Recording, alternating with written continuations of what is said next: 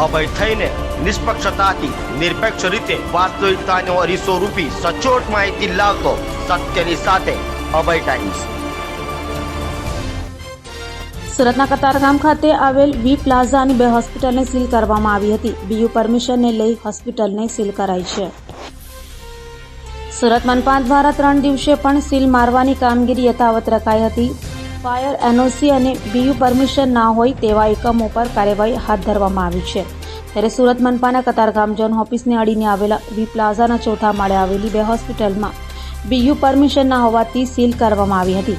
બંને હોસ્પિટલમાં વરવી વાસ્તવિકતા સામે છે, જેમાં ફાયરના ઉપકરણ, જેમાં આગ ઓલવવા માટે વપરાતી રિફિલો એક્સપાયર થયેલી શોભાના ગાંઠિયા સમાન લટકેલી જોવા મળી હતી। શા માટે ફાયર વિભાગ દ્વારા હજી સુધી કોઈ ચેકિંગ કરવામાં આવી નથી? શું ફાયરના અધિકારીઓ રાજકોટની ઘટનાની રાહ જોઈ રહ્યા છે? તેવા સવાલો જરૂર ઉઠી રહ્યા છે। ડોક્ટરો પણ રૂપિયા કમાવાની લાહમાં દર્દીઓના જીવ જોખમમાં મૂકી રહ્યા છે।